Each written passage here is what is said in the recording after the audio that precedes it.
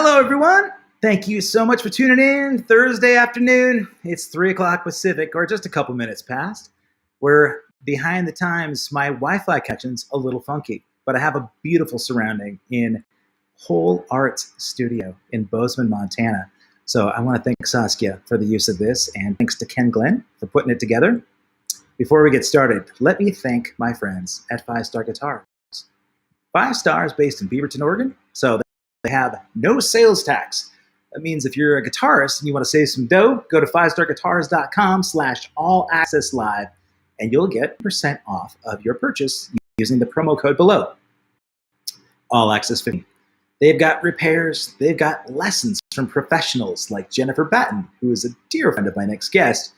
Jennifer has a Guitar Cloud Symposium, which is comprised of some of the world's greatest guitarists teaching you how to be like them. So they had special guests like Steve Vai, Weasel Zappa in the past. Her next Guitar Cloud Symposium has Steve Lukather. Everybody knows that guy is probably the most recorded rock guitarist in this century. So we're going to get started with Guitar Cloud Symposium right below. If you go to guitarcloudsymposium.com, we can talk a little bit about Jennifer. And this next guest knows Jennifer well. She has hosted the Guitar Cloud Symposium in the past. She's moderated some of the chats, and she's going to play a little music for us. So today, with no further ado, please welcome Lynn Frances Anderson. How are you? I'm fantastic. Thanks Yay! for having me on. I'm so glad to have you. Yeah, absolutely. Thrilled to be here. All right, so we're, I guess, a couple of states away from each other. So if there's a latency, if I freeze up at all, and you can still hear me, just keep rocking, okay? As long as you're solid in your Wi-Fi connection, then we're good.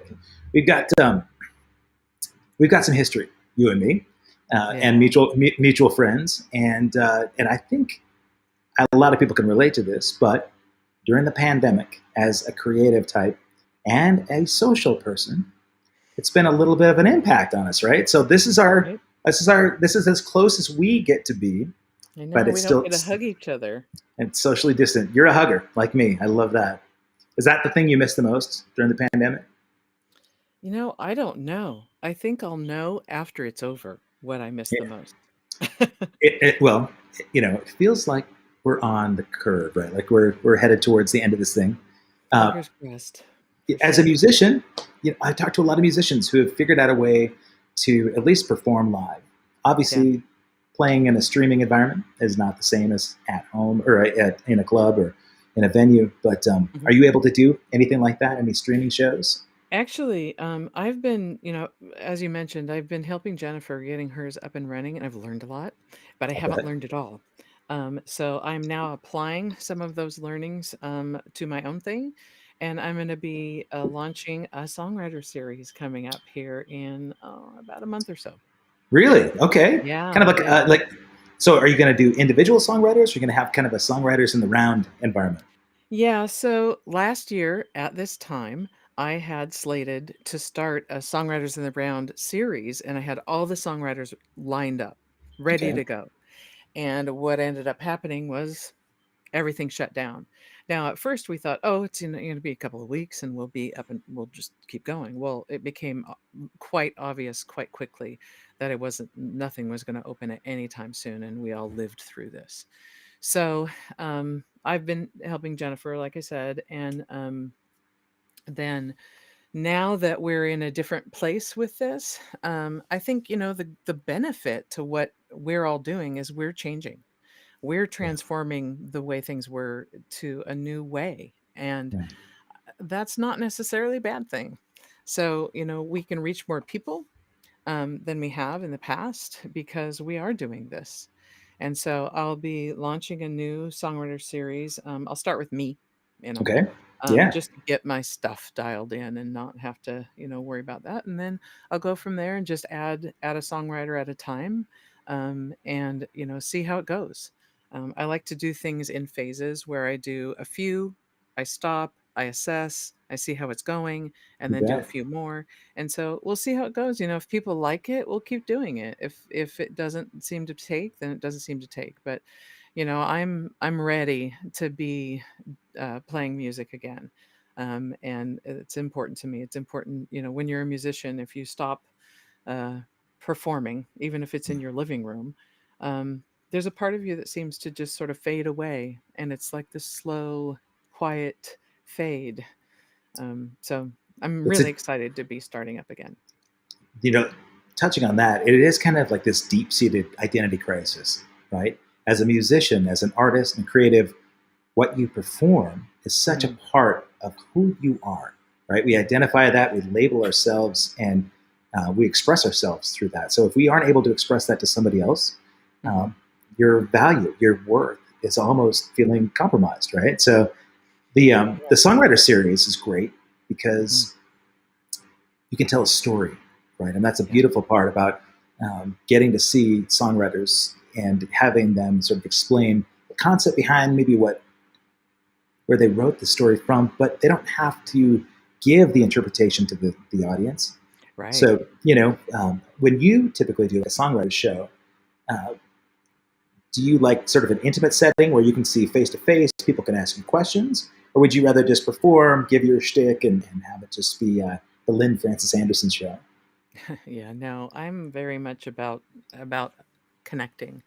Um, I, you know, I've done Songwriters in the Round series before, and over many years, I've been doing this for I lost count a long time. Yeah, Um, but one of the things that's the people who are attracted to songwriters, not just musicians, not just songs on the radio, kind of whatever radio is now.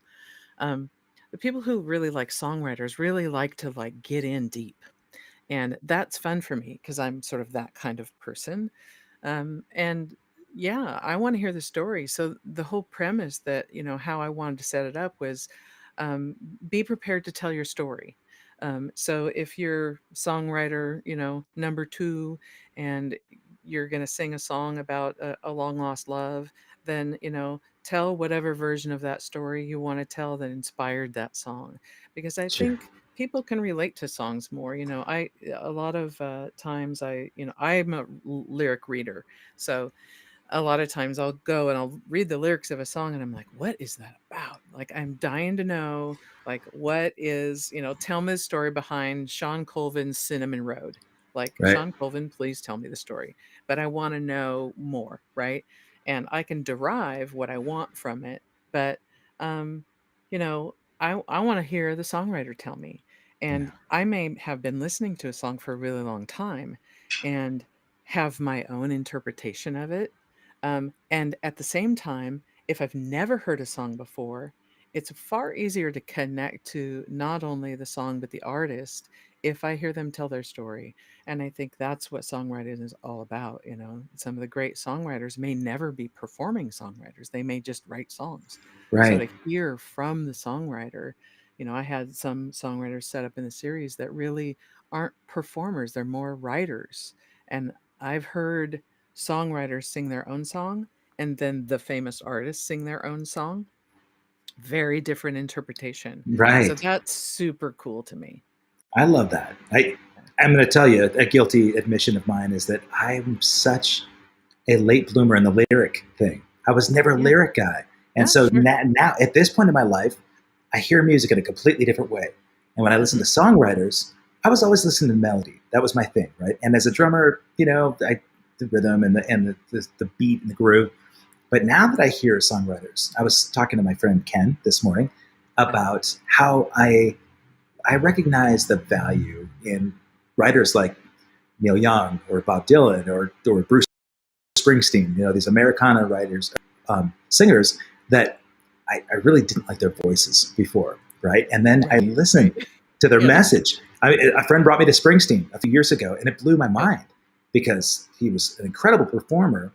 He was authentic. You could hear the authenticity in his message, right? And he puts it all out there. It was a 3.5 hour show.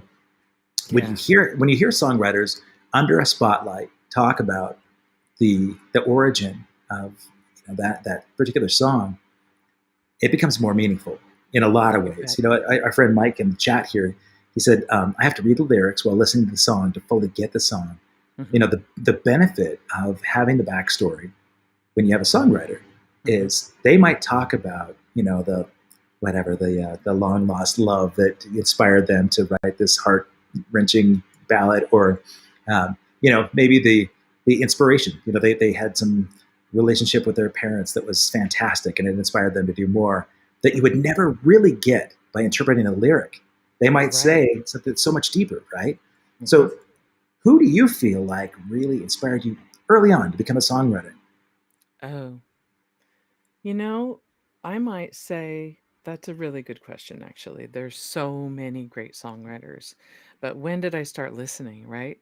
I mean, some of the very first songwriters were people like, Joni Mitchell or, Mm. um, Judy Collins, it's sort of a strange examples, but, you know, um, it's the storytellers, my father's father, my granddad, they are storytellers. They'll tell you a story and everybody's laughing and, cracking up and having a good time, right?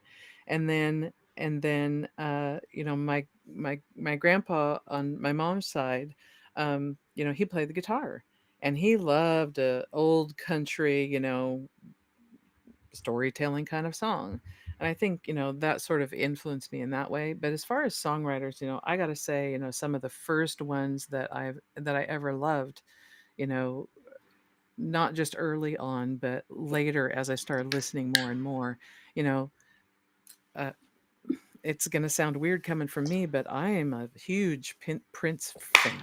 Oh, my favorite. Prince, man, it, he's like all the things, the songwriter, the producer, the arranger, the instrumentalist, the singer, the interpreter, the dancer. I mean, he's everything. He And so embodies. I'm a huge Prince fan from the first moment I heard him.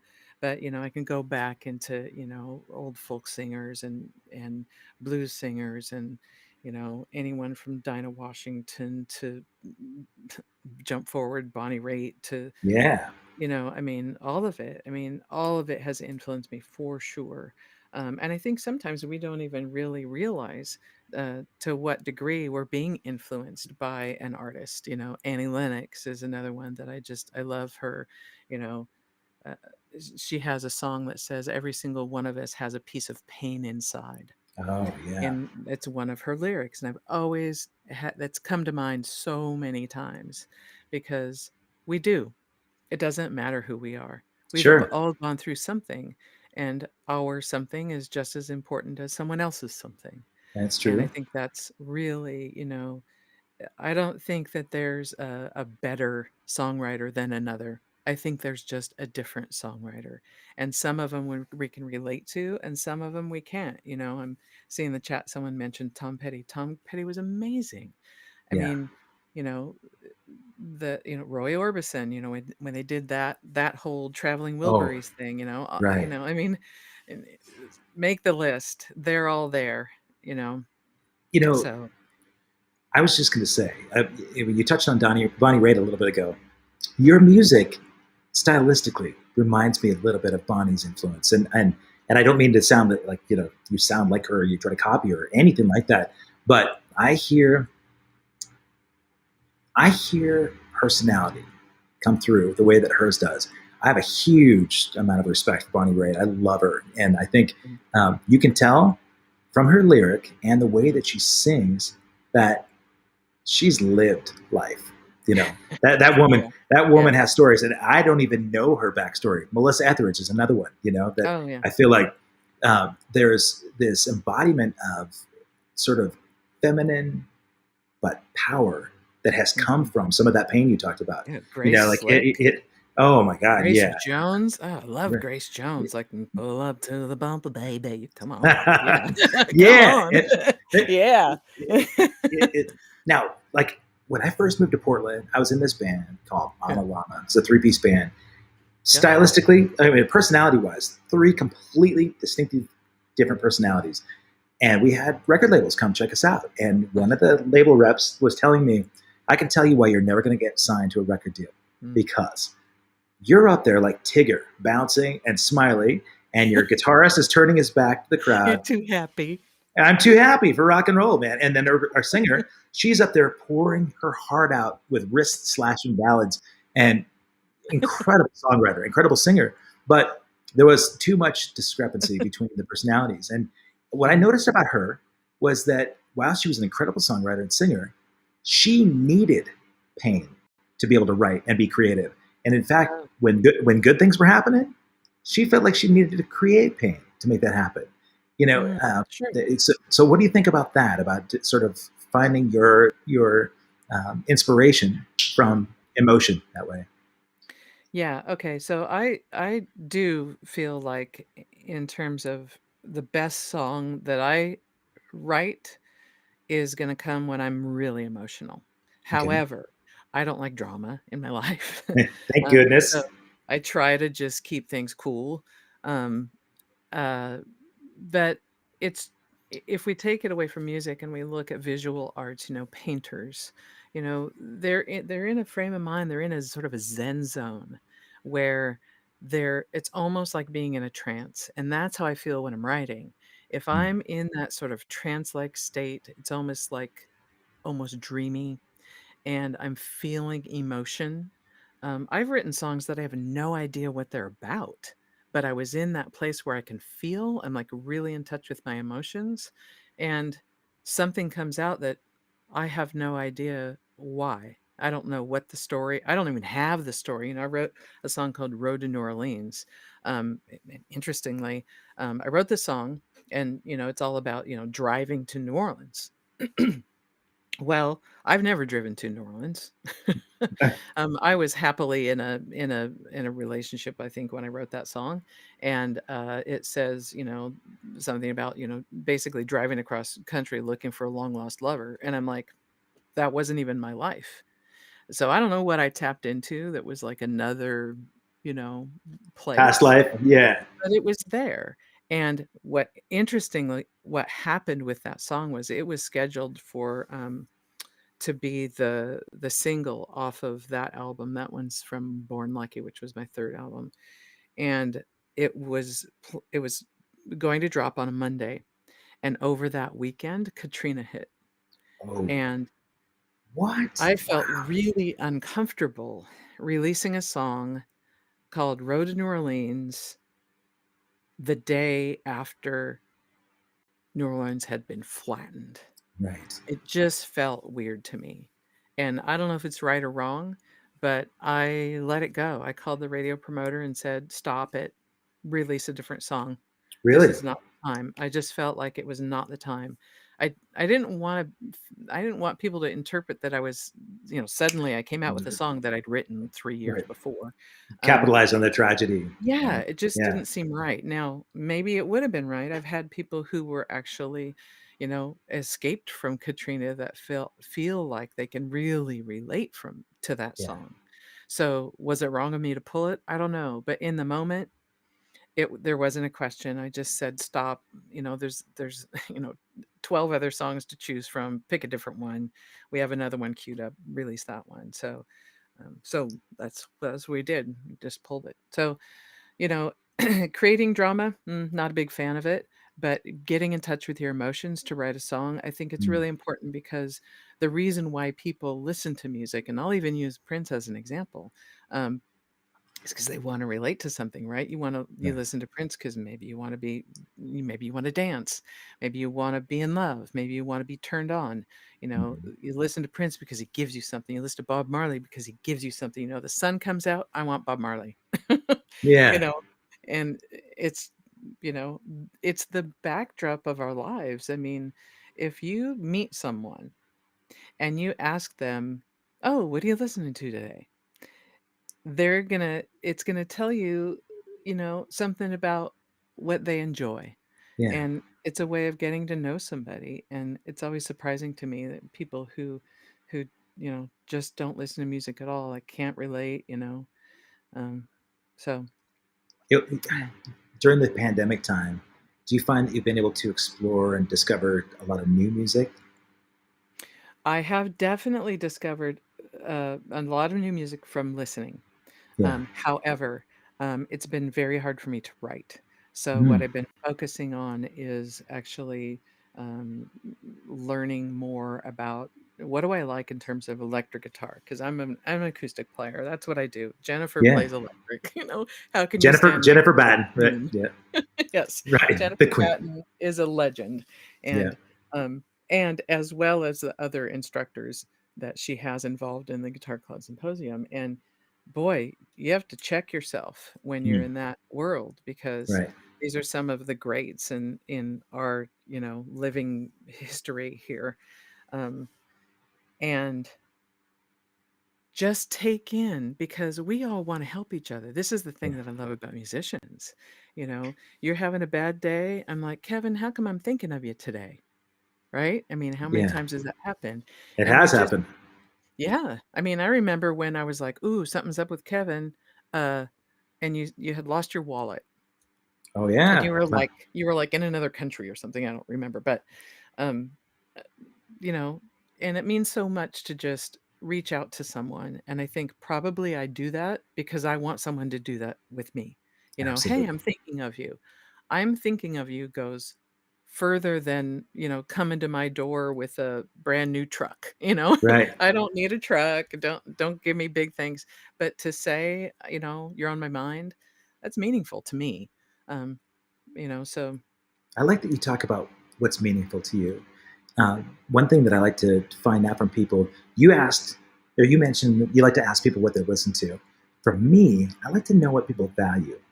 You mhm. talked about what's meaningful to you, you know, compassion or empathy, or maybe just the thought that somebody was considerate and seeing how you're doing. Mhm. Uh, where do you feel like your values lie? What's really important to you? Yeah, it's a good question. I'm kind of hardcore when it comes to that. Like, I'm big on honesty, and I'm big on authenticity. And I think if you're authentic, you're all the other things. If you're Mhm. authentically pissed off, that's fine. Express your anger. If you're authentically happy, then be happy.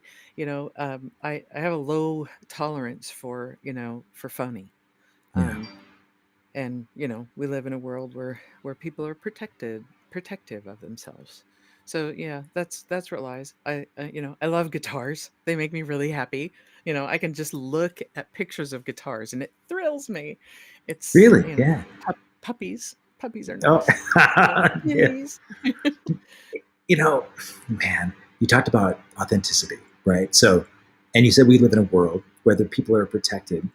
A lot of people are guarded. You're right. There's a lot of pain where people have been wounded. And so they have that layer, their force field that they put up. Music's a great sort of disarming tool, right? Where you can bring that force field down. I feel like whether you understand the premise of a song or not, something happens in the chemistry that makes up our body when you hear somebody perform live that changes things. It You brings bet. joy. And Oh, they've uh, proven it. It's been so I, studied. yeah, absolutely. So we're going to talk about the science of music, because I'm going to tell people that if you're watching this right now on anything other than YouTube, I'm going to give you about 2 minutes to jump over to YouTube, because I'm going to have the beautiful Lynn Frances Anderson perform a song live, Oh and boy, you're only going to see it if you're watching on YouTube. you're So making me I, nervous. I'm going to put this. I'm going to put this up here, you guys. If you guys are watching Facebook or Twitch or anything like that, go to youtube.com/all access live with Kevin Rankin. Here's the link right here. Hit that link, subscribe to it, because I'm going to cut off the Facebook feed in a second, and you're going to miss out on one of the most authentic singer songwriters that I know. So before you do that, tell me a little bit about what you might perform. Yeah, well, I was sort of thinking through what makes sense, and um, I have my second album was titled "Beautiful Morning," and so this is the title track to that. Okay. All righty. So what I'm going to do is I'm going to take myself off screen for a second so we get you in all your glory. And again, I'm going to just cut this off to people only on YouTube. So subscribe and then come right here so we can watch Lynn play. I can't wait. Do you want some accompaniment, some harmonies? You want to jump in and sing? Yeah, there's a reason I'm a drummer, right? So, Right. I all don't righty. know. Do you sing? I know. I love a singing drummer. Uh, you might have to ask bandmates of mine. Oh, like I see. You're that gang guy. gang vocals, right? So, uh, yeah. Do you have a favorite singing drummer? I have many singing drummers. A No, drummer I who's your worked favorite? Who's your Oh, my favorite? favorite. Okay. Well, I mean, there is Phil Collins, but There I will is. so that's kinda obvious, but my personal favorite has to be Tony Coleman. Oh wow, He is nice. he is an incredible performer, and I think he sings "The Thrill Is Gone" better than BB King did. So, Wow. Tony Coleman's BB King's drummer, by the way. Yeah, Um, man, and everybody else. He's done so much session work. He's the man. I bet. Yeah, I think BB King might have something to say about that. But when anyone says you can sing better than your boss, then you get trouble. Oh, So no.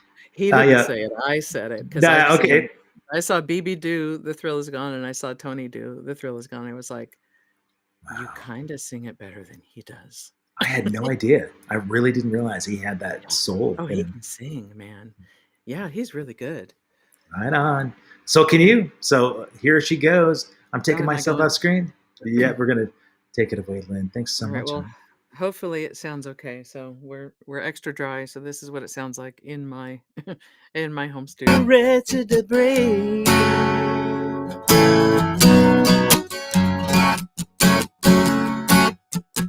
Tell me what matters to you. Oh, what a beautiful morning. Tell me what are we gonna do? Oh, what a beautiful morning. Tell me what matters to you. Oh, what a beautiful morning. Tell me what are we gonna do? Oh, what a beautiful morning.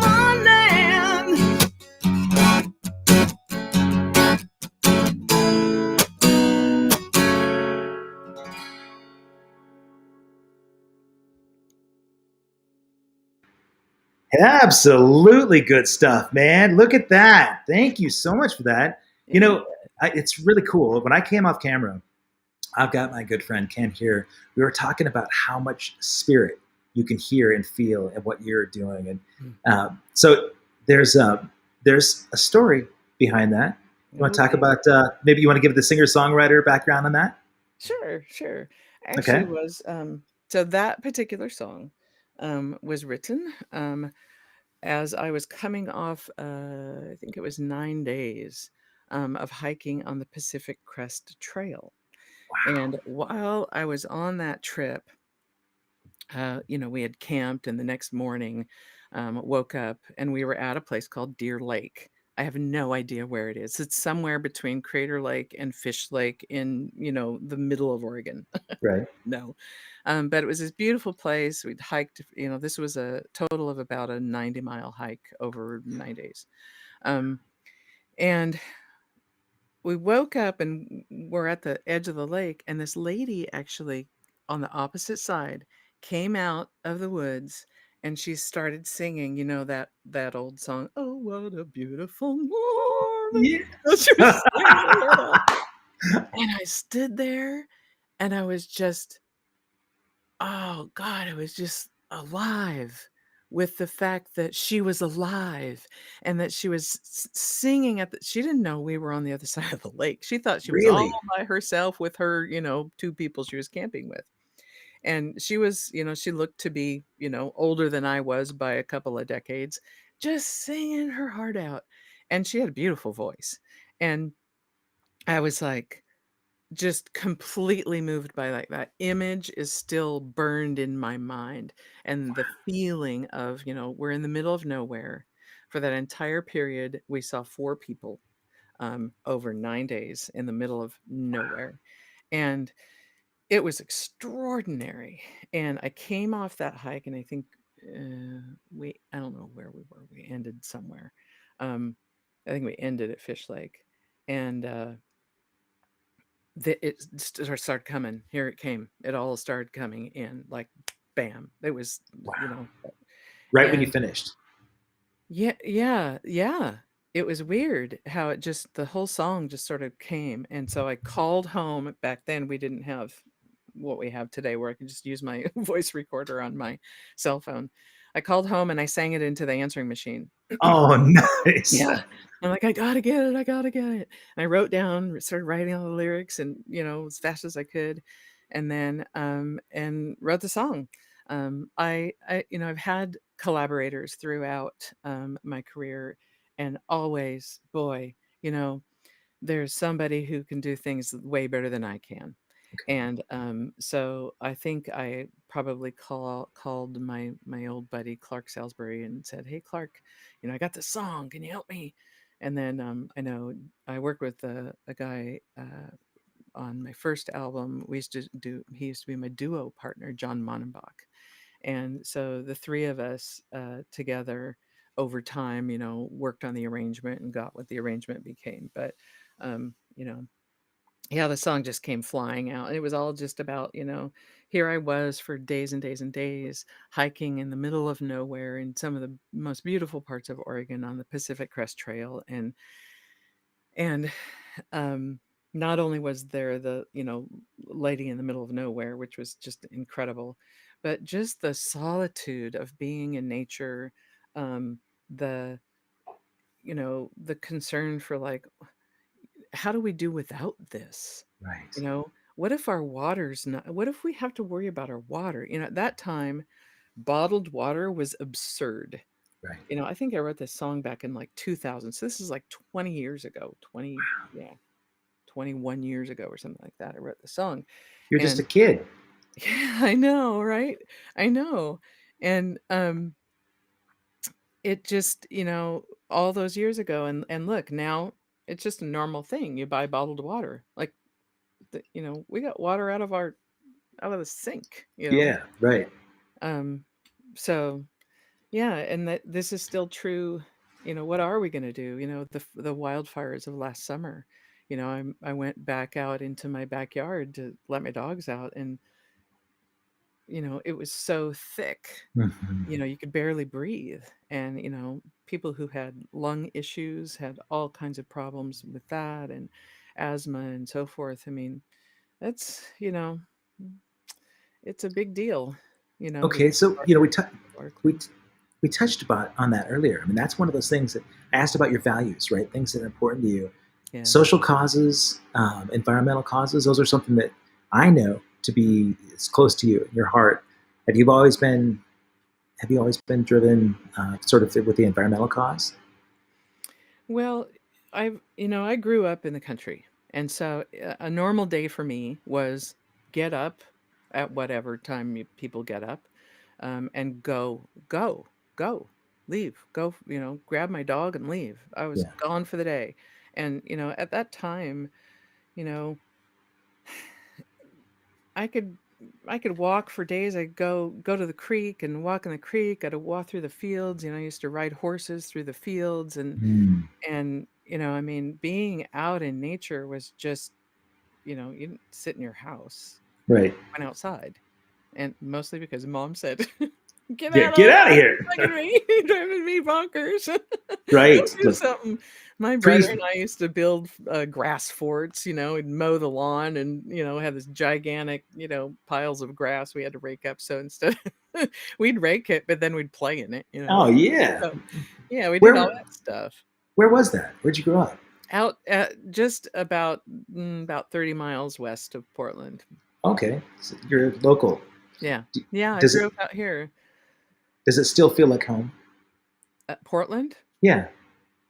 Yeah, so many times I've thought about leaving, Mm, and the opportunities, sort of come and pass. Oh, here, you might go move here. I was going to move to Pennsylvania, and then I was going to move to Arizona, and it just never panned out. Um, and And then I think about little things, the back way to get here or there. Um, uh, the yesterday I was thinking about the first time I saw the Amazon Books sign that was painted on like smokestacks in the industrial area by the right. steel bridge. And I thought, what is that? It says Amazon, like, what's that? Right. Having no idea, what it would become. Right. Right. And I just think about those kinds of memories. And, I have friends that have moved many times. And I think I should do that. I should go somewhere and live somewhere else. I always said I would move to Italy if I could. Um, and, you know, Portland does feel like home. I love Portland. I love the Pacific Northwest. It's beautiful. We have, there's nothing more magical in the world than springtime in Portland. Right. The rose garden in June and July when the roses are blooming, incredible. Um, yeah, and at the same time, I've spent time in other places. I've been around the world in different places, and I'd move to Australia in a heartbeat if there Me was a too. way for me to get there and stay, right? Yeah. Because it's beautiful, in Italy and Spain and Norway and Sweden, and uh, all those beautiful, beautiful places. There's so much to see. And by leaving, this because you've traveled so much for your work. Um, you go Work. somewhere else outside of the US, and it really opens your eyes It to, does, for sure. the way other people live and, you know, and how they move. I remember walking down like a sidewalk in Italy, and all there was people crossing the crosswalk, so they were all walking toward me, and I thought, "Where am I?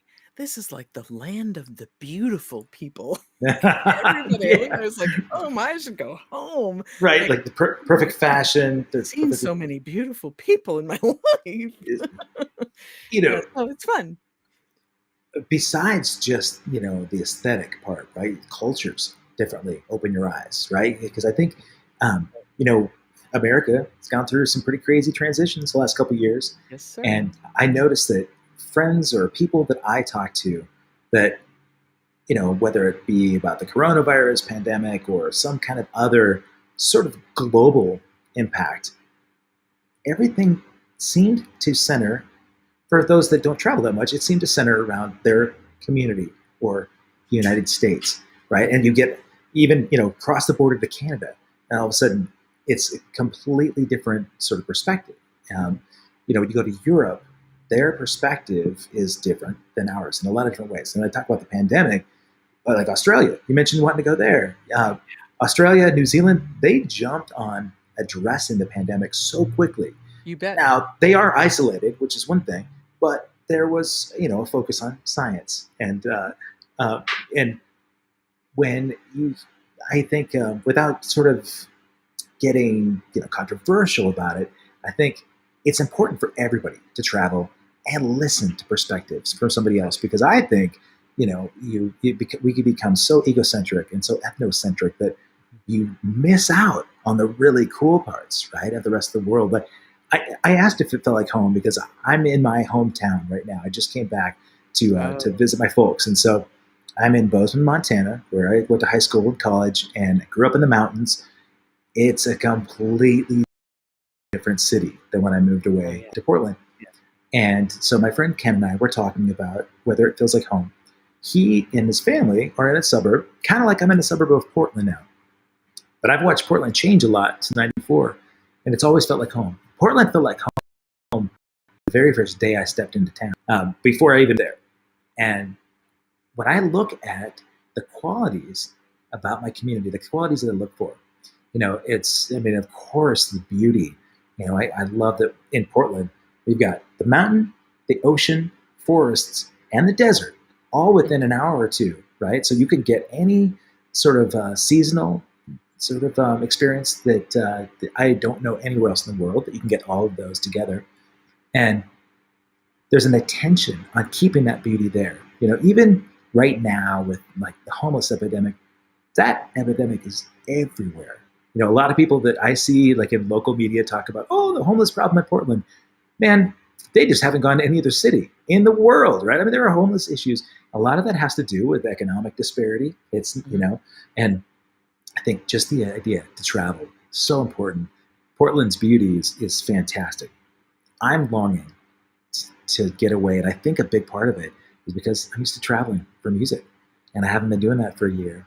Yeah. So, I'm wondering, for you being confined back at home, I was asking if it felt like home, because I wondered, if that may change. And I'm interested, people that are in the chat, do you feel like because you've been contained at home, quarantined, if you will, if you feel like there's a longing to spread your wings and go elsewhere, and so for you, I mean, you said that you've had kind of a writer's block or at least a lag in your writing during this time. Mm-hmm. Do you think it's because some of that confinement is limiting your creativity? Mm-mm.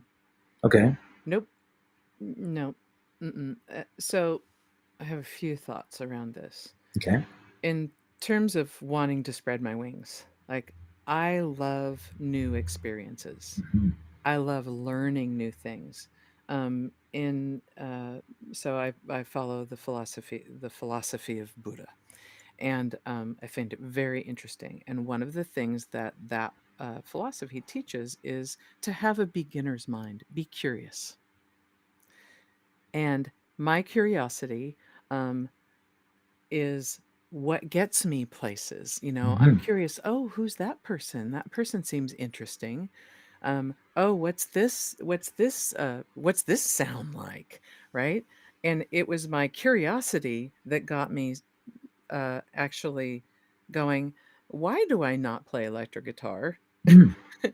And it was my curiosity that sort of led me down that path where like I have electric guitars in my house. Like, why am I not playing them? Do I think I can't, or what? And as far as like travel and new experiences and spreading your wings, like um, I think that's not only for me important just to have new experience. Well, life is meant to be lived, right? Yeah, We absolutely. should be meeting new people. We should be curious. This thing about like, oh, you're that way and you're that way, and we fit in a box and you fit in a box. Oh, forget it. Are you kidding? Come on now. We're all Yeah. pretty much the same if we get down to it. We're all hungry when we're hungry. We all need a hug when we need a hug. We all want somebody to love us. We all want, someone who hurt us to say, I'm sorry I hurt you and mean it. Mm-hmm. Um, we're really all the same. Yeah. But what makes us fascinating is, oh, you like fly fishing? I've never done that. Can I do that? Can I go with you? I'll go fly fish with you. I don't know how to do it, but let's learn, right? Yeah, I'm absolutely. never bored. I'm never bored. And so in terms of like the, not writing thing, sometimes, and this has been true, and this is partly why I sort of had a pause. Um, Sometimes emotion is too much. Yeah. I'm a very, I think you are too. I'm a very, my emotions are very accessible to me. So if it's too much, if I'm too overwhelmed, if it's too painful or too, maybe even too joyful, just a lot of emotion, sometimes I need to just give it a rest, Mm. give it some room to breathe so I can just let it simmer. And so when I know that I'm in that space, because time and age and wisdom and experience gives you That sounds like this wisdom. state. Yeah. When I know I'm in that space, I go, oh, okay. I'm not going to force it. Creativity doesn't come because you forced it. Right. Creativity comes because you're inspired. Mm-hmm. So where can I go for inspiration? I can listen. I've been going through this whole thing of like trying to understand, okay, who are, in the history of playing electric guitar, who are the great players? What kind of music do they play? What kind of guitar do they play? Does it matter what kind of guitar they play? Of course, guitar players are like, oh, you must have, Right. 10,000 guitars. And of course, I love guitars. So, um, uh, and I just got curious. So, yeah, I've been listening to a ton of different music. I've found new artists. I can't name any of them because there are so many. I'm sure one will come to me while I'm talking. Um, and it's been really fun. And that allows basically the sauce to simmer. Yeah. It's on the stove, it's simmering. I know it's over there. I will be, I've written a couple of songs, but nothing that I feel like, ooh, that's a winner. I really Yeah. got a good one this time. I'm like, oh, I got to get this out because sometimes you just have to write some bad songs to get to some good ones. Mm-hmm. And I've written plenty of bad songs, um, ones that I think are. But yeah, I've actually fired myself before. Yeah. Well, we're always our worst critic, but Yeah. I love the analogy of letting the sauce simmer. That was great. My father's a painter and sculptor, right? And we talked about this. Creative types, you mentioned you just can't force creativity. You can't force Right? inspiration, No. right? No. And so when you've got a pause, and I like that you use that word too, if you can give yourself grace and Mhm. understand that this is part of the process. We do this because we are gifted with the ability to express ourselves, right? When I say Yeah. we, I wouldn't consider myself an artist, but I do understand that creative side. I understand that if somebody tries to force creativity, it seems inauthentic. It doesn't seem sincere, right? And so somebody's commissioned to do a piece, and you've got the constraints of writing a song. If somebody says, "Lynn, write me a song about Mhm. the railroad and people that used to ride the railroads to travel the country," and so you've got a framework, and they've given you constraints. That doesn't allow your creativity to really map it out. I mean, you of course are going to write your lyric, uh, but if you didn't have that fundamental sort of foundation to build on, then you've got to draw this from someplace. And if the well is dry at that point, the well is going to fill up. The sauce is going to simmer enough where it's ingestible. But your analogies are wonderful. Yeah, well, I would dispute that you are not an artist. I would say that you are because I've heard you play, and I will say from a songwriter standpoint, um, drums and bass are like you don't get a song without that Right. because you have to have that heartbeat. You have to have that drive. You have to have the thing that goes through your entire body and lights you up, and that comes Mm-hmm. from drums and bass. Even if all I'm doing is like what I just did. I just have my guitar and my vocal. But drums and bass rhythm, that rhythm is in there. That heart is in there. And I think that, if I once had a voice coach who told me, put your instrument away, sit down, get a drum, and just play. Just Mm-hmm. play whatever. And I wrote a song from that. Really? Yep. Okay. From Yeah. your drum. Really good one. um, yeah, it came right from it. I just sat there with the drum, and the melody came, this whole story of the song came, and all I needed was that heartbeat. I've written songs where, someone does give me a topic and say, "Oh, can you write a song, about this?" And I'll go into that place where I'll sit quiet and I'll wait. I'll just wait for it to come. You Yeah. know, I once had been told a story about a very tragic event that happened, and the person who told me the story was a good friend, and I just felt like other songwriters and I have talked about that having this feeling like there's someone following you, and it's not like someone's following you, but it's like there's an idea that's like, hey, pay attention, I'm over here. Um, and there's this sensation. And so I heard this tragic story, and then I had this sensation, like there was something that needed to be said, there was something that needed to be heard, you know there was more to it. And so I sat quietly and I said, okay, what is it? What is it? Bring it on. Wherever these things come from, I'm ready. Let me be that channel. And I ended up writing a song called "I'm Not Sorry," um, which I won't tell you what it's about because you can interpret that a lot of ways. Mm-hmm. But when we went into the studio to record it, I was playing guitar on it, but then I had Kirby Kelly who was playing lead guitar on it, so he was doing all of the lead lines.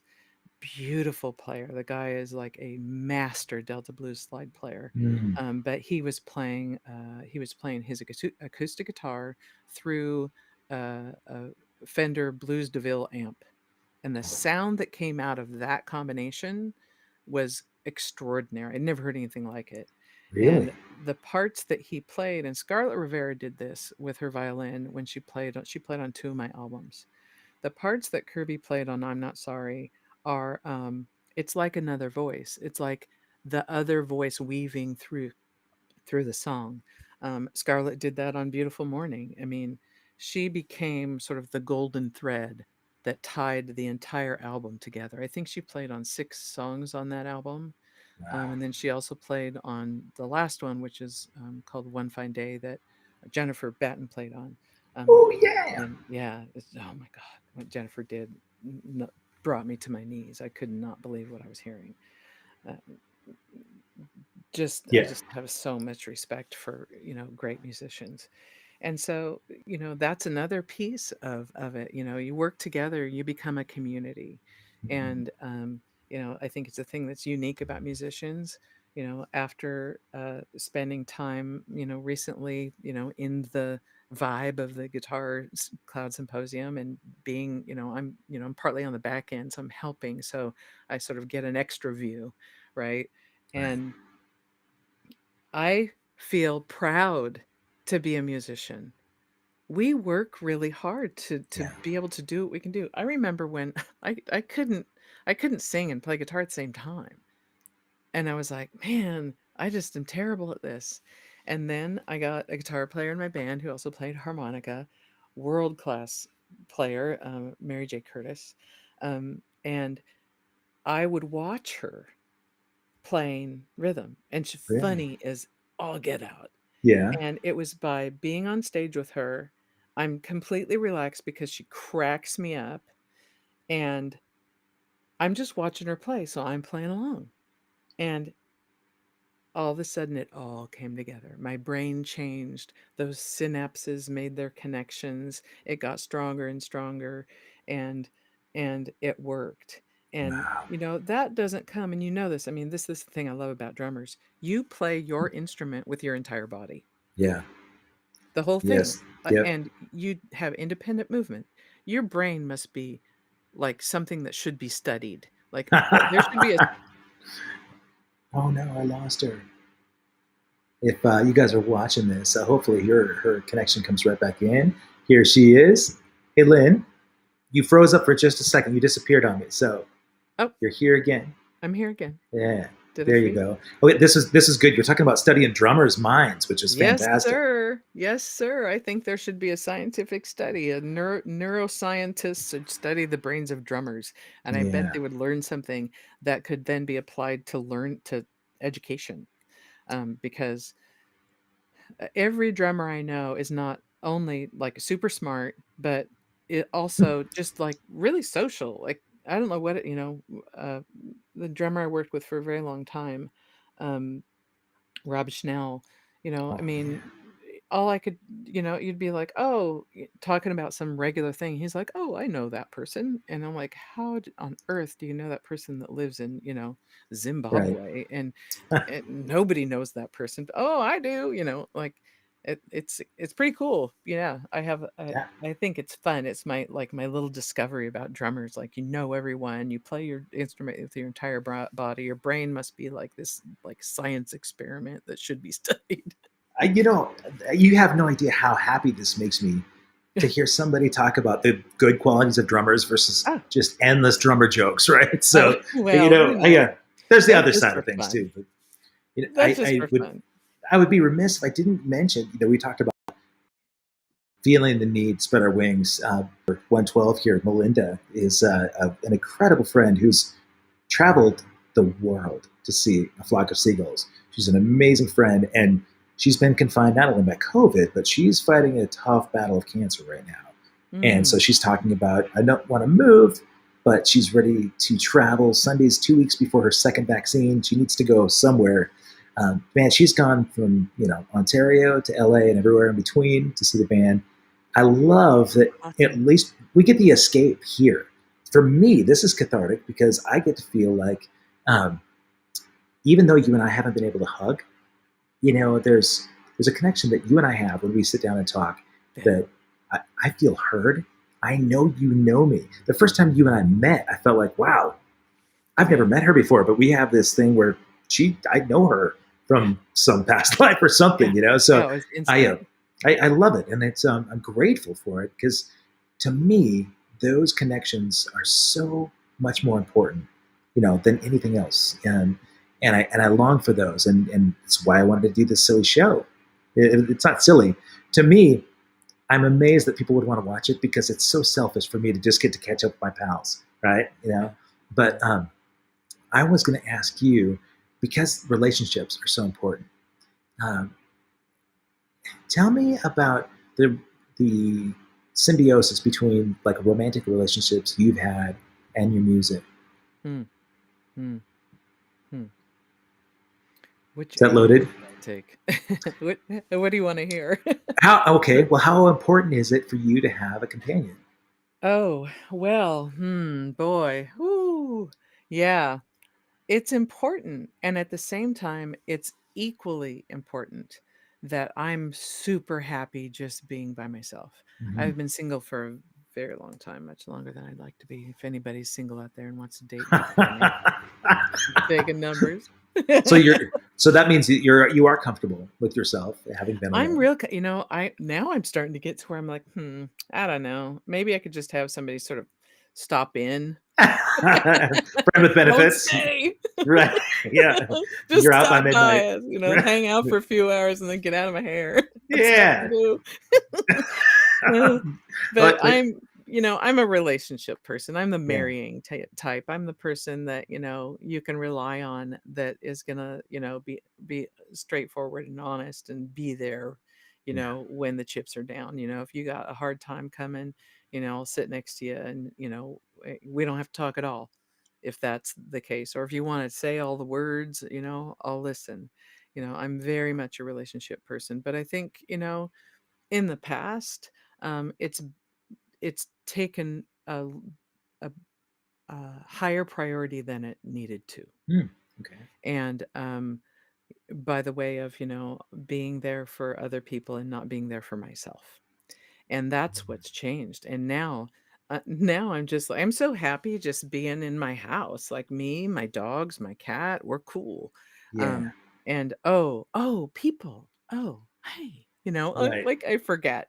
But then there are those times when I'm like watching, some, This Is Us or A Million Little Things or some, you know, drama on TV. And I'm like, man, I just wish there was somebody here to talk to. And the pandemic has definitely highlighted, uh, do you get along with yourself? Hmm. And me get along really good. Um, and there are days when I'm kind of tired of my own company. And I'm like, Yeah. well, of course someone else would be tired of me too. Because if I'm tired of me, why wouldn't they be? Right. So 24 hours it's, a day. yeah, I mean, me and me. But at the same time, I think it's given me like the space to go, well, what do I like? What do I enjoy doing? What does my day look like? Um, what kind of work do I want to do in addition to music? What really gets me going? And that's actually been really fun because it's like, forced isolation, but at the same time, if you are a creative person, and for me, I'm never bored. I can always find something to do, even if it's like, something funny, like polishing my guitar or something. Oh, it needs to be cleaned. I'll clean the frets, and yeah, I'd be really good as a tinkerer. Yeah, well, I would imagine that probably leads the way to be able to songwrite. When you're sort of getting involved in that, where it might be a mindless activity, but it's mundane enough that you can allow your mind to seek out those things that are meaningful to you. I Yeah, and it's nice to jump across and go. Maybe I'm doing something, in the yard or something, and I'm like, "Ooh, I got an idea," and then I can just come in and play my Yeah. guitar, and here comes whatever idea. Even if the idea is, "Oh, I think I'll play arpeggios now," I mean, but whatever. it's movement and movement. There's, and correct me if I'm wrong, but there is an intimacy that you have with your instrument, right? When you're able Yeah. to, you Oh, pick up it. It's funny because non-musicians might not get that. They might think, what, but you said, you're out in the yard, you can go in and you can grab your guitar. That is that companion that you can yeah. pick up and hold and, and communicate with, Oh, like, yeah. so even without a romantic partner there, your Mhm. guitar or your instrument kind of becomes the romantic partner. You You bet. channel this communication, and I can hear that spirit when you're playing. I would, first of all, before I ask you to communicate some of that spirit, if you're cool to play another song, I Sure. was just every show I have to ask, and you may or may not know this. I didn't set it up. I'm just interested to know if people that know Lynn Frances Anderson really well, what would they be surprised to find out about? What's your guilty pleasure? Oh, guilty pleasure. Yeah. Huh. Well, I don't feel guilty about much. I Okay. tried to let that go a long time ago, but Good. okay, I'm just gonna admit it. I watched The Bachelor. Oh my God, that's 2 days in a row. I know. Oh, Wow. really? Somebody That else said that? yeah, Mark Lettieri, your buddy from the Guitar Cloud Oh Symposium God, and I Snarky love Puppy. him. He Oh, and his that guy wife, is amazing. he said we watched the entire Oh, Bachelor it's so stupid. series. I've never It's so seen it. stupid. Don't watch it. Don't get Yeah. into it. It's ridiculous. The Bachelorette, so I started as a social experiment. I'm going to do this from a scientific method. I'm going to watch The Bachelor because I was like, what do men want in a woman? Oh, That was my experiment. wait a minute. And Really? You went yeah, in there thinking that I this did. represents what men want? Well, I went wondering, like, Okay. how do women act? You know, how What's do women act attractive? when they Yeah. want to date someone? How do men act? How do they respond to women? And then The Bachelorette, I was like, ooh, super hot. Um, how do they pick? Who do they pick? And it's interesting because you see the men pick, and the women pick, and it's a very different. Uh, it's Well, Different of course, it's criteria? a small sample, right? We're looking at, like, somebody who's on TV, so it's not completely real. But it is kinda interesting to see the difference in what becomes the priority. I've always sort of felt like, you know, not really in that game. So it Yeah. was sort of a mystery to me, it was like, Sure. you know, it's not really I've never felt like I was someone who belonged in that world where, that even works for me. Like, meet me, like me, be with me. That's as far, that's as Sure. complicated as it gets. I can't date Yeah. more than one person at a time because I get confused. Yeah. Do I Yeah. like you? Do I not like you? Yeah. I don't know. It's just too confusing for me. I'm one at a time, and that's it. But Did you yeah, find it? guilty pleasure, I would say that, and Okay. but if we're not talking about TV and we're talking about other things Mhm. that people might not know about me, I'm really very introverted. I don't come across that way, Mhm. but I really value my privacy. Okay. And that would be something that people really probably would not expect. They'd be like, "You're not introverted." I'm like, "No, actually, I'm uncomfortable in a crowded room." Mhm. Uh, Very. That's why One the on stage is. one, yeah, the stage works for me. I don't have Yeah. to interact with people as to try to fit in Yeah. because I'm in a position. I know my position, Yeah. um, and my position is to be that person. So but yeah, I would say, and I love guitars, that, you're Yeah. talking about, your instrument becoming sort of an intimate part of you. And, I will say, for anybody who does or doesn't play the acoustic guitar, um, there's, there's a big thing there because I have many guitars. And the reason I have many guitars is because if one's not doing it for me, I can go, okay, this is how I date more than one person. I play different Right. guitars. Um, I go, oh, this one's not doing it for me. Let me try this one. So This one's going to work for me. Um, polyamory with guitars is much different than. yes, Yeah. Okay. yes. You can love them all equally and they never get jealous and you don't get in fights and, you know, also get no diseases. So, Oh yeah. Right. yeah, ooh, what's that? Oh, Ooh. this needs to be part of your singer-songwriter series, right? So I'm telling you now, I'm gonna say something that yeah. I think you might agree with, but and that some people might find shocking, but as a performer, do you feel this way? Do you feel this way? You're getting ready, you're getting on stage, you're getting revved up, you're getting ready, and it doesn't matter if you're gonna play in your own house privately by yourself, or you're out and there's 10,000 people out there, which is extra fun. Uh, do you feel this way where like you're kind of turned on? And the more you play, the more kind of turned on you are. Like, do you feel Mm. that feeling? I was, Mark the Tier, we were talking about it yesterday. Really? There is a feeling, and I've never had it at home playing by myself. So I will say, uh, Okay. there is that butterfly complete rush over your entire body, Oh orgasmic kind of thing that yeah. Yeah. happens not every time, and it's what I chase every time I play, Yeah. where you can roll your eyes back. It doesn't matter how many people are out there because you are so focused on that feeling. And I wish I could bottle it Mm-hmm. and I would chew it up like the biggest addict you've ever seen, man. Because but I would never want to get so used to it because um, I can probably count those times on both hands in my entire life of playing. Mm-hmm. It's incredible. And Mike in the Oh, chat says, "Wow, oh, when I've well, talked hey, to, Mike, I'm telling you, isn't it I'm crazy? every time I perform, I feel that way. And if I'm Wow, just singing and I mean, what, it's a, well, here's why I think I've come up with this theory and others may agree or disagree. But if you're familiar with the chakra system, your second chakra is your creative center. It's also where your sensuality and sexuality lives. okay, So you turn that on, you get that opened up, your creativity's flowing, but so is those sensual feelings. okay, And so for me, it makes perfect sense that they're tied together. And so you're opening up creatively, you're opening your heart, and now you've got that whole connection going where, like, for a singer, I've got my voice, and mhm. now it's all going. It's like my whole system starts to come to life. And that is super fun. So that I've attributed it to, it's simply my second chakra's on fire.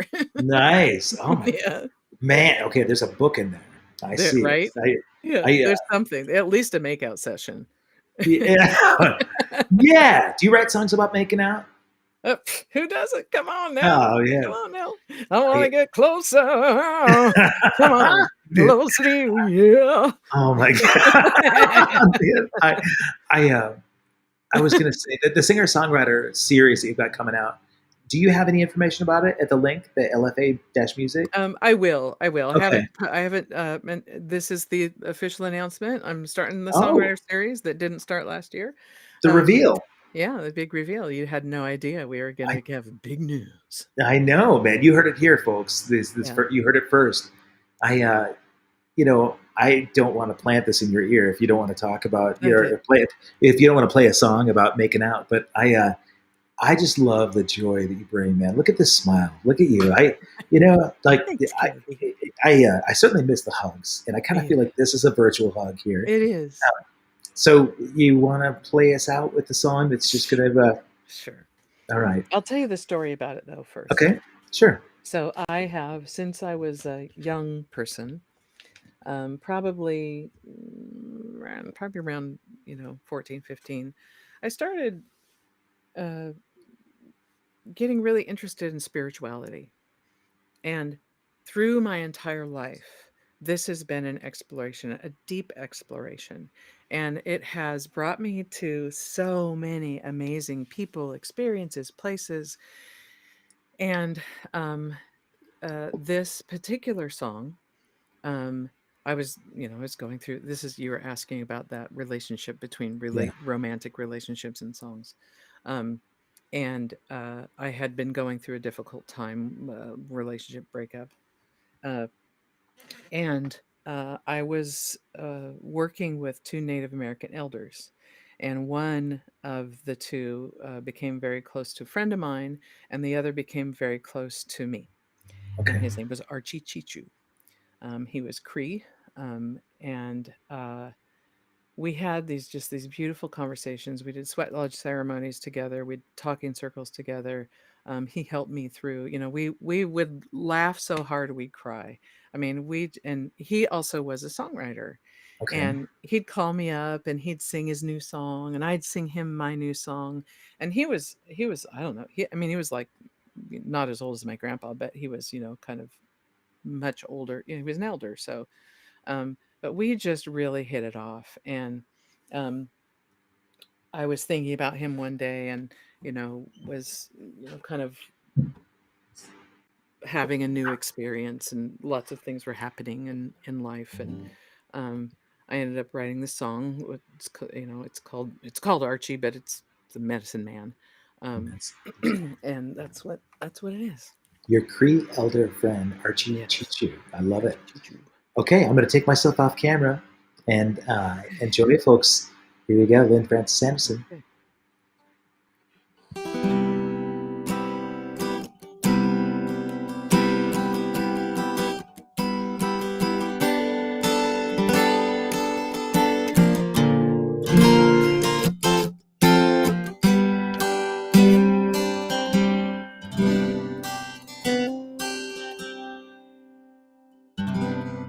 I saw the moon in the middle of the day. I wondered if my medicine man could tell me what it means. Last night I saw the break of day. I wondered if my medicine man had sent your love my way. The power of the wind will come your way, because you have been blessed by the medicine man. Everything is changing for a better way, because I have been blessed by the medicine man.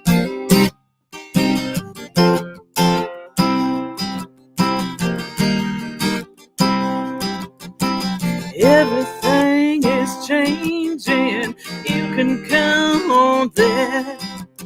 Everything is changing, you can count on that.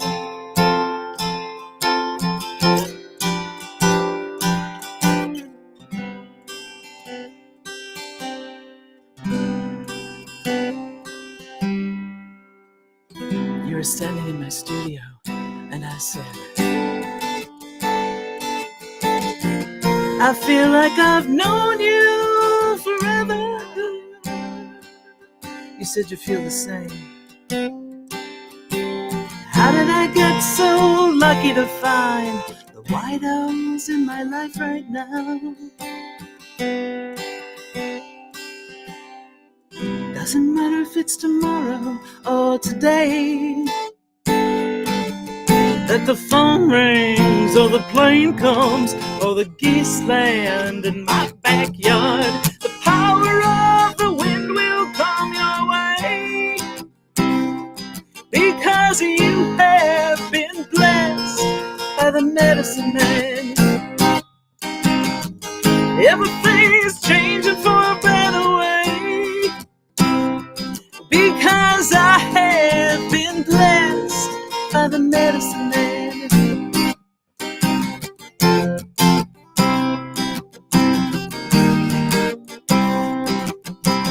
Everything is changing, you can count on that. Everything is changing, you can count on that. Everything is changing.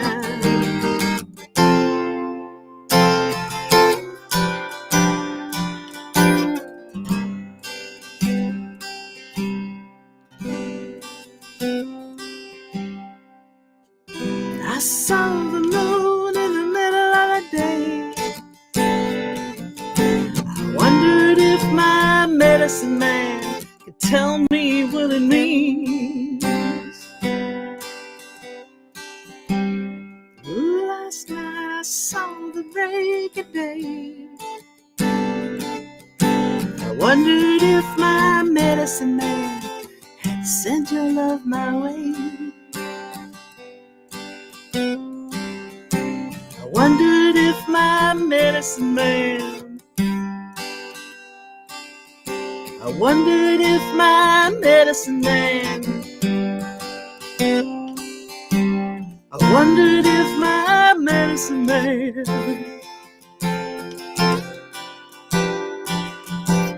tell me.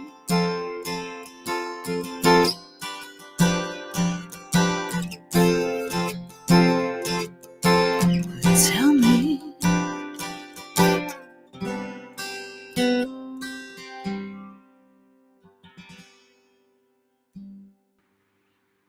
Wow, that is fantastic. Thank My you. gosh, Sorry for the what buzzer there.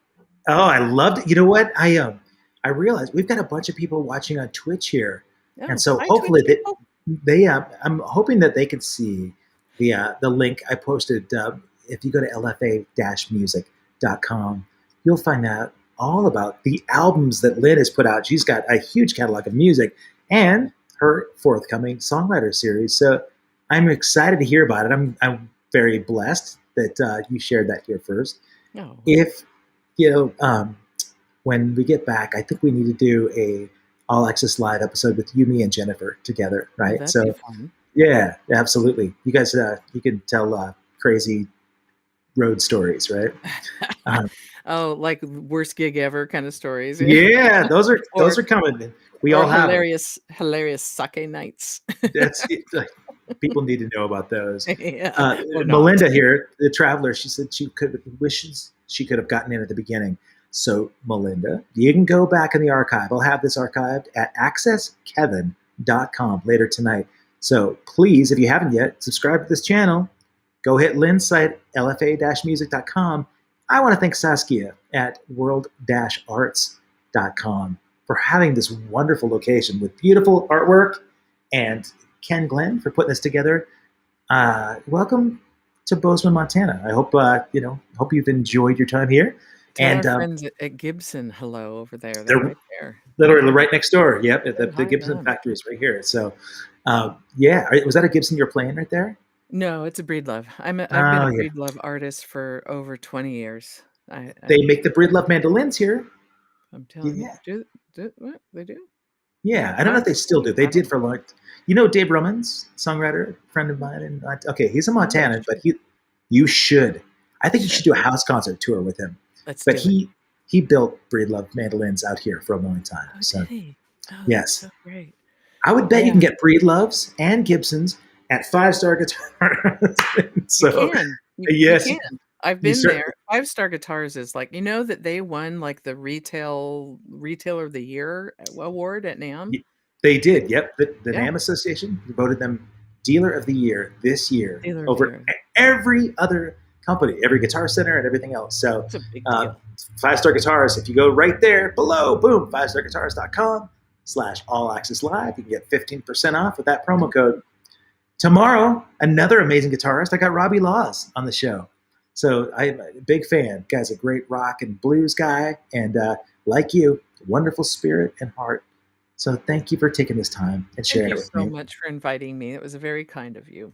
It was awesome, and I love listening to you play. So thank you for sharing it. Guys, thank you guys for being here. Be good humans. Be good to each other. Go hug somebody if you can. My God. Yeah. All right. Thank you so much. Talk to you guys.